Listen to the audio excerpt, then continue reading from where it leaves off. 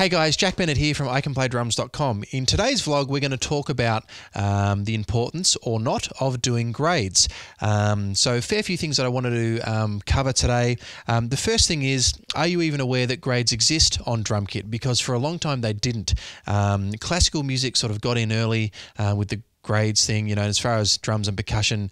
For a long time you could do classical percussion grades, and of course you still can, and it took a little while for contemporary music as it was developing for people to come out with, you know, a proper syllabus for contemporary instruments like drum kit and electric guitar. You know, there was always classical guitar, playing Bach and things on a classical guitar or whatnot, but, you know, actually coming out with some credible stuff there as well. And so it's taken a little bit for contemporary instruments to catch up, but, you know, by today's standards, we have lots of different options for doing grades. So I'd like to talk about, first of all, how they work and the different sort of governing bodies. It really depends what you're after. There are some governing bodies that are international, so ABRSM, which is the Royal Schools coming out of London, or Trinity Guildhall, again, coming out of London. They are international. You know, I've put a lot of kids through those grades. Then there are some bodies that are set up for just that country. So here in Australia, we have AMEB, which is Australian Music Education Examinations Board, and we have other things like ANSCA, which is Australia, New Zealand and Asia. And then you have some that are set up for the state, which is usually more in line with, you know, the education system at large there. So like in Victoria here, when students are going for their VCE in high school, you can do VCE music performance, and you, of course, one of the instruments that you can do in that subject is drum kit or percussion or anything else, violin, singing, whatever you like. Now, I've actually written some solos for the ANSCA syllabus and the VCE syllabus, and they are all good. They all have their good points, and for me, it's not so much a thing of are grades good or bad, or are they important or not important. For me, it's how they are integrated into the student's learning, and understanding that there is so much more to music than grades, okay? That grades can absolutely serve a good purpose. But there's sort of pros and cons, because I think there's some misconceptions about the real validity of grades in the real world. Scenarios where grades would be good are if you have a student, or if you are motivated by the gratification of having that grade. I've done grade 6 drum kit, and I'm proud of it, and I've got the certificate, and it feels like a real tangible thing, because you've got your little thing and it says you got 78% or 99% or whatever.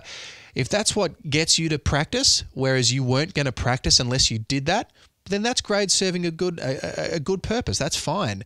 Grades can be really useful for teachers as well. Like if they're trying to put ensembles together, and I say, right, I've got this kid and he's done grade 6 drum kit and he's really good, and this other teacher says, well, I've got a grade 7 kid on guitar and we've got a grade 5 kid on sax. Well, they're all similar standard. We can put an ensemble together, or a class. You know, if you teach in schools and you're trying to put kids in classes or groups or things like that, you know, it gives you some sort of ballpark idea. It's not set in stone. You don't know how well they went at that grade, but it gives you a rough ballpark idea. If someone's done grade 1 and someone's done grade 8, that's probably not going to work. Okay, so that can be handy as well.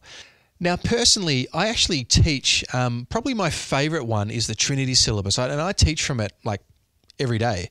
The way that it works is, and the way I think a good syllabus works is if it's well thought out as far as the technical work, but also really diverse as far as the stylistic content.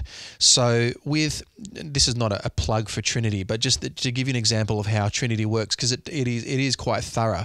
For any of the grades, and I'm not talking about rock school, I'm talking about the legit Trinity syllabus. I also do rock school, that's fine, but I'm talking here about the Trinity syllabus here. So for every grade, you've got to learn a certain number of rudiments out of the 40 rudiments. By the time you get to grade 8, it's expected you can play all 40. And let's just say you're doing grade 3, there'll be a certain number of rudiments. Well, from those rudiments, you've got to be able to play them, but then you also have rudimental solos that you've got to learn 2 or 3 of, and it's 3 in the higher grades and 2 in the lower grades. In fact, I think in the early grade it might even be 1. And that's those rudiments for that grade applied around the drum kit. With the feet as well, you've got to remember, as drum kit players, we're expected to incorporate our pedals into the rudiments. So that's really good. Then you have like the grade, or the group A pieces, and the group A pieces are also backing track, which is really good. It teaches you to lock in with a click, lock in with a track, but it also presents charts written in what we might call drum chart form, which is, it'll have the hits and the grooves, but it's also got some interpretation in there that you're expected to come up with your own things and improvise a bit and be creative. And that's, what you might get like in a theatre show or TV gig or sometimes a corporate gig or something like that. And that's really important.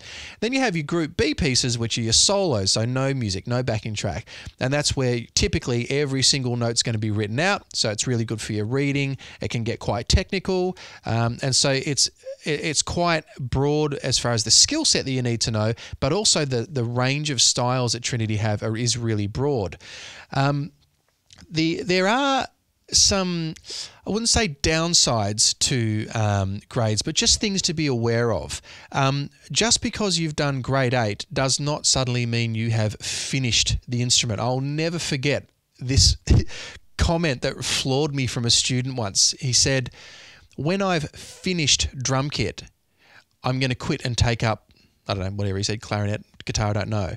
And I was really shell-shocked. I was like, what do you mean when you've finished Drumkit? Like I've been playing professionally 20 years, 2,000 gigs, whatever. I've not finished. It's like, oh, well, when I've done grade 8. And there can be a bit of a misconception about that. Learning an instrument is not an academic subject that you finish. And neither is any other academic subject that you learn at school either. If you learn science, just because you've done science at year 12 level doesn't mean that you know everything about science. So we need to be aware, and I think also parents need to be aware that grades are certainly not the be-all and end-all, and you have certainly not anywhere near finished the instrument when you've done grade 8. It's kind of like a black belt in karate or a martial arts.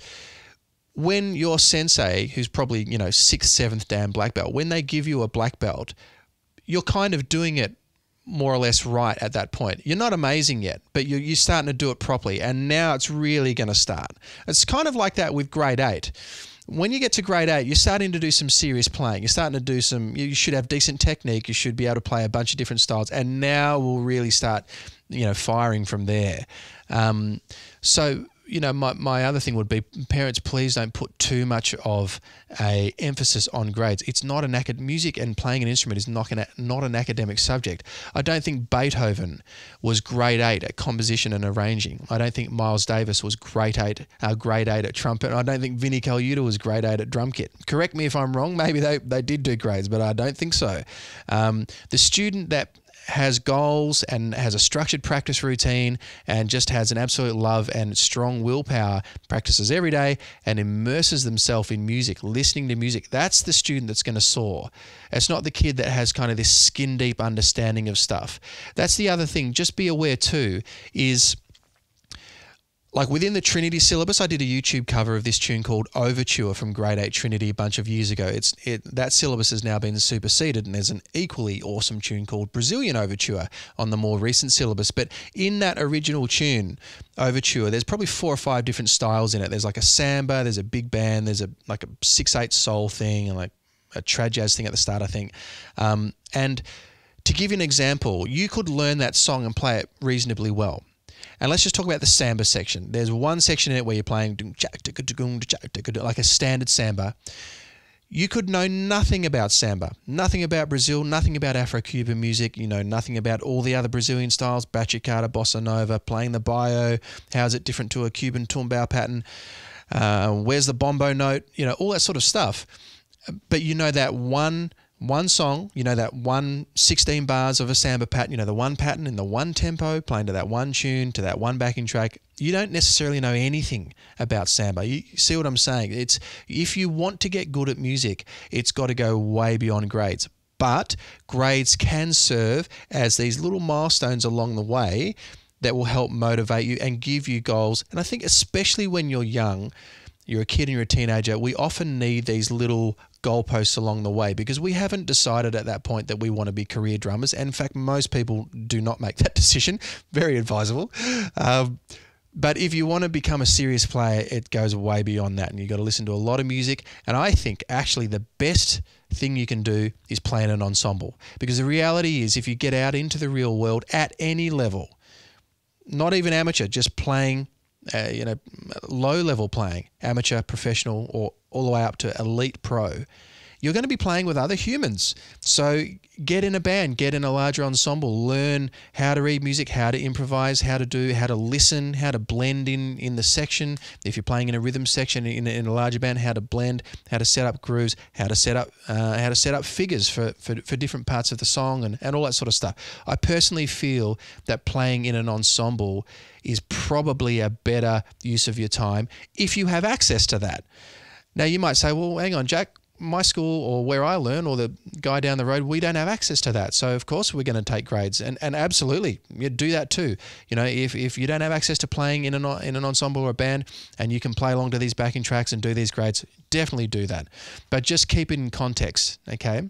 The only instance where I've personally seen grades go wrong is when people take it too seriously. We seem to live in this age of constantly needing to qualify and quantify our existence. You know, we've got to get funding for this new music thing, and we've got to present data to get the funding, and so we need good grades to make the data look good, and grades, you know. It's just not like that. In the real world, it's not like that. I've never been called up for a gig and been asked, what grade have you done on Drumkit? That would never happen. People have either seen me play live or they've seen me on YouTube, on my website or whatever, and gone, yes, we like his playing, we'll book him. No, we don't like his playing, we won't book him. That's how it works. It's got nothing to do with grades, okay? The grades are often more aligned with institutions, and that can be fine, but it's not the be-all and end-all. Okay, so if you're thinking about doing grades, absolutely do it. It can be a good goal to set for yourself. If you find a syllabus, look through it. Make sure that it is actually challenging you. If you are only into heavy metal and you are only doing heavy metal grades, that's fine, but you're becoming a really narrow musician. If you're only interested in classical music and you're only doing classical grades, that's okay too. But you're becoming pretty narrow. And I would advise that anyone really try and get into something that's quite broad and quite challenging, because it's just going to make you overall a better musician. Are grades good or bad? That's up to you. Context is everything always.